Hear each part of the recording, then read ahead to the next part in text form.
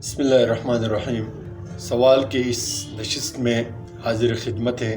ایک صاحب پوچھتے ہیں، اسلام میں موروثیت کی گنجائش کہاں تک ہے؟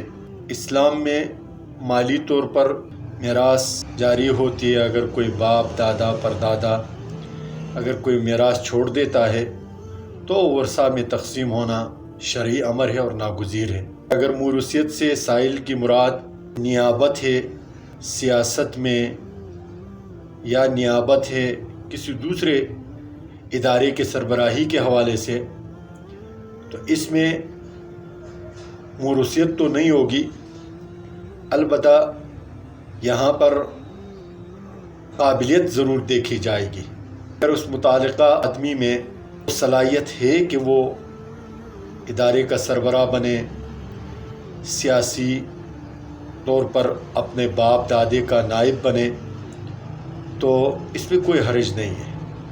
لیکن ان چیزوں کا تعلق اور اس کا دار و مدار اس بندے کی صلاحیت پر ہے۔ محض اس حوالے سے کہ یہ فلاں کا بیٹا ہے یا فلاں کا پوتا ہے اور اس کو سربراہی دی جائے، تو یہ درست طریقہ نہیں ہے۔ اصل میں جس جمہوریت کے ہم پیروکار ہیں پاکستان میں، اس جمہوریت میں بنیادی نقطہ نظر یہ ہے کہ اقتدار کسی بھی صورت، سربراہی کسی بھی صورت آپ کے ہاتھ سے نہ نکلنے پائے، آپ کے خاندان سے نہ نکلنے پائے۔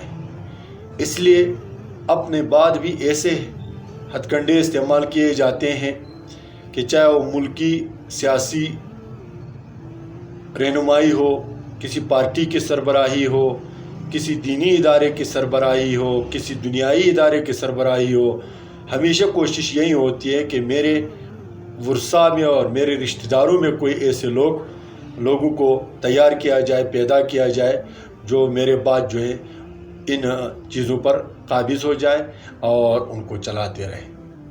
تو یہ اس حوالے سے قابلیت دیکھنا بہت ضروری ہے۔ اگر بغیر قابلیت کے کسی کو ادارہ حوالہ کیا جاتا ہے، یا کوئی محکمہ حوالہ کیا جاتا ہے، یا سیاسی پارٹی حوالہ کی جاتی ہے، تو یقیناً یہ بہت بڑا جرم ہوگا، اور ان لوگوں کے ساتھ جو لوگ اس ادارے کے ساتھ یا اس سیاسی پارٹی کے ساتھ اپنے امیدیں لگائے ہوتے ہیں، ان کے ساتھ بہت بڑی خیانت ہوگی۔